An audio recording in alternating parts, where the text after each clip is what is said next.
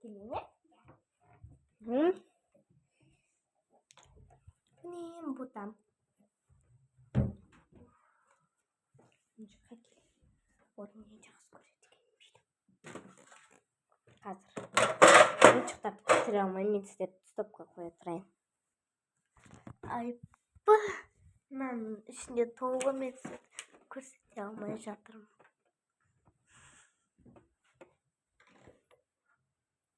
Әкелдім. Ах, сыймай кетті.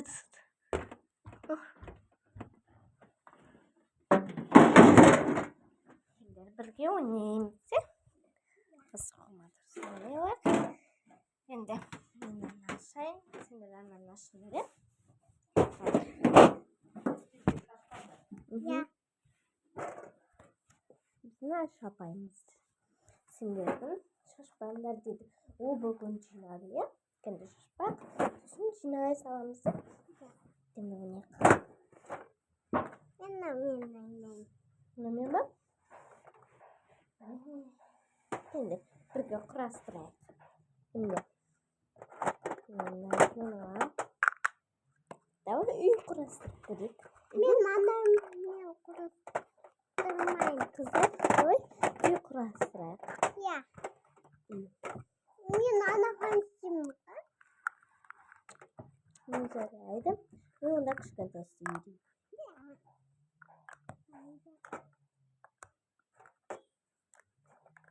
Bye. Керек па? Жоқ.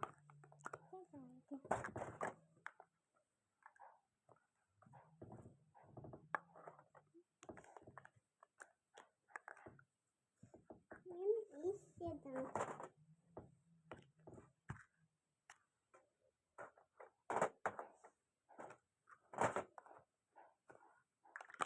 Қойдай, қазір мен медальым болып қалады.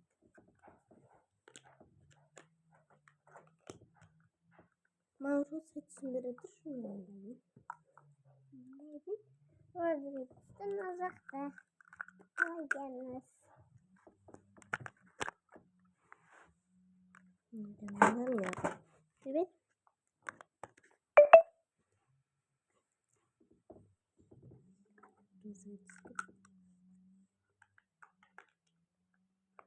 Kasımdan bir şey uyuyor.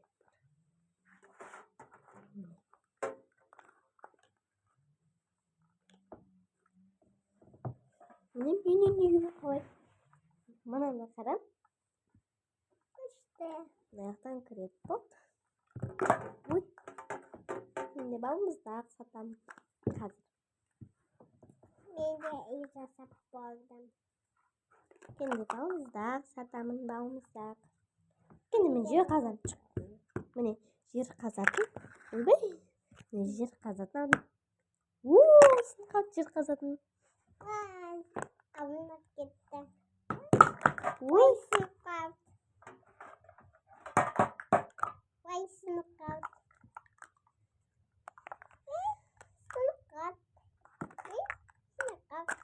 Uy. Şimdi sinirlenecek. Hadi burada akila koyun. Gezine koyasın mı? Gezine koy. Ne var mı? Kullanayım. Bunu kanseryum. Kanseryer dedim siz bilmiyorsunuz. Standart diye koyun kanseryerde. Kanseryerde biz kazışıyoruz. Ой, канцелярияда тоңғамны орысшам. Ал бұл канцелярия деген сүртетін жиһаз. Ой, сықап мен сүртей берейін. Сен мына жинастырып, мен ойнайтын, иә? Мен сүртіп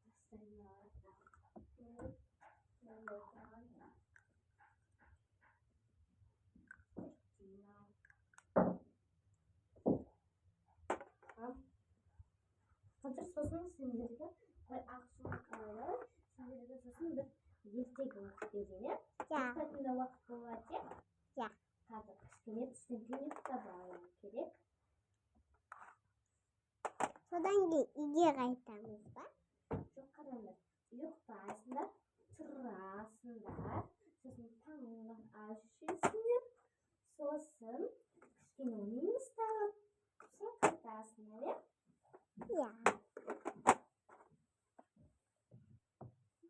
Anladım.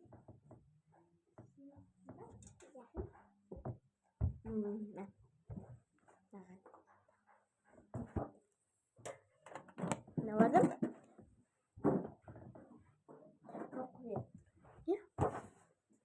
Şimdi hazır yuklarımız. Qanday yetib Bavsaq bakın. Muştulku men qasqır. Benim için Может, tabii babanın ayvası deyin. Күшті ғой ол. Ақсұңқар кітабында көп бар. Шешіп бара ғой онда.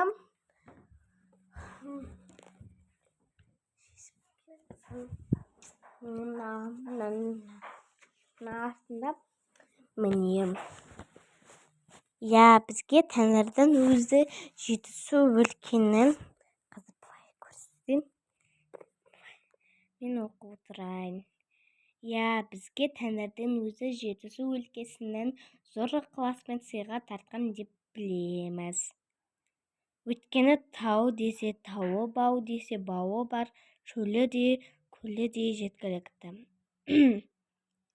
Суы нуы Алакөл мен Балқаштың атырабында географиялық жер бедерінің барлық сипатты әсем көрінісін кездестіреміз.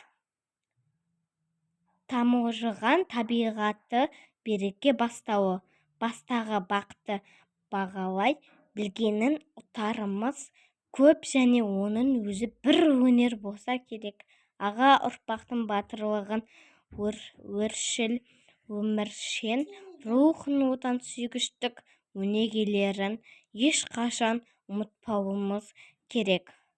Соған ұмтылып, содан өзімізге лайық үлгі алсақ, келешекте талай табыстарға жетеріміз анық. Аңсар Мұсаханов. Осының ішінде неше түрлі ертегілер бар. Кенде жатыңдар мынақа. Жатыңдар, мен сендерге оқып берейін. Сендер жатыңдар, мен сендерге бет оқып берейін. Жерде отырып, мен отыратын жер жоқ, сондықтан қазір сіздерді таңдаңыздар. Кенде қандай баланың айвасы?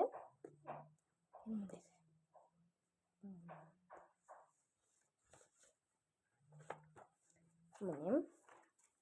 Бірінші таурау.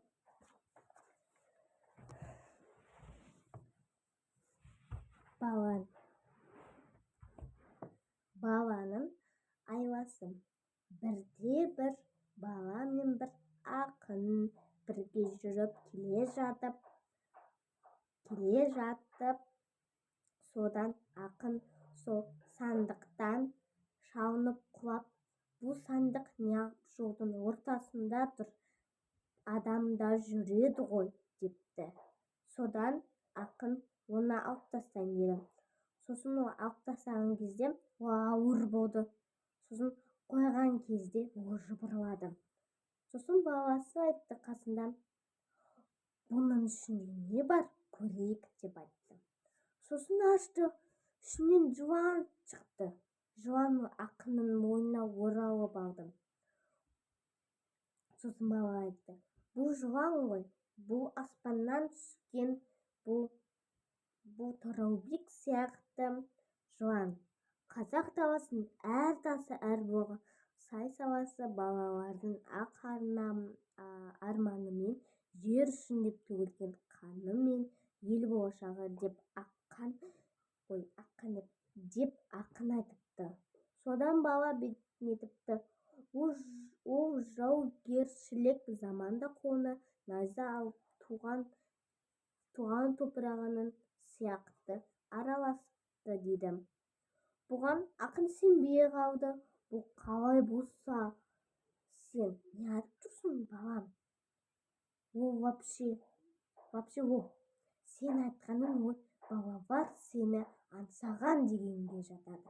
Сен кітапты оқығансың ба не? Деді. Сосын ол бала айтты, иә, мен оқыдым. Ол жерде мен айтып шығайын. Бала сені аңсаған дегенді мен білемін, айтып шығайын. Қазақ даласының әр тасы, әр бұлағы, сай сайласы балалардың ақ арманымен жер жер үшін деп төгілген қанымен, ел болашағы деп аққан терімен суарылған киелі мекен. Осы далада ғасырлар бойы елдің рухын асқақтатқан, жердің шекарасын қорғаған алып тұлғаларының бірі Қазыбек би депті. Сол тауасалы ғұмыр кешкен еді. Ол жаугершілік заманында қолына найза алып, туған топырағының тұтастығы үшін арпаласты. Елдің берекесін ойлаған мәмілегер халықтың рухани мұрасын түгендеген шежіресі ретінде де тарихта лайықты орын алды. Қазыбек би кейінгі ұрпағы бейбіт күнге біліммен қаруланып, елін өрге сүйресе деп те тілеген екен деп балады. Бұл ақын сөзін кітаптағы есіне түсірді. Сен кітаптағын жаттап алыпсың, қандай ақылың көп еді. Онда мен саған сұрақ, ал Аңсар Қазыбектің тікелей ұрпағы ма? Иә, ұрпағы. Аңсар Қазыбектің тікелей ұрпағы. Ал бұл шежірелер генеалогия емес, енді тарих жатама? Мен бұл жауапты айтып кетейін. Бұл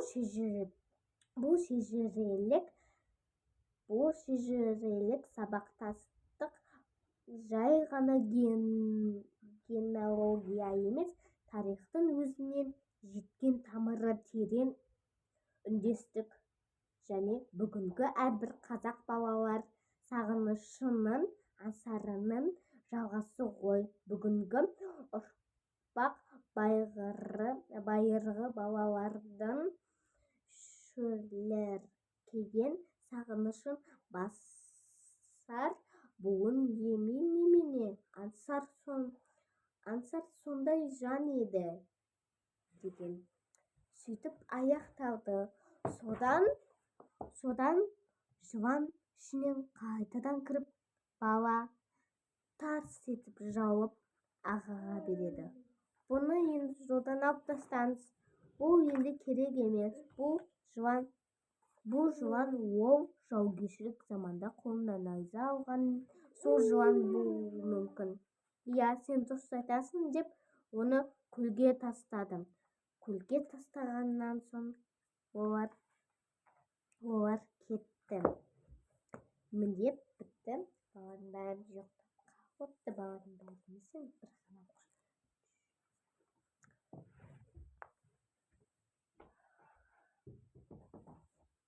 мен жоқтаймын.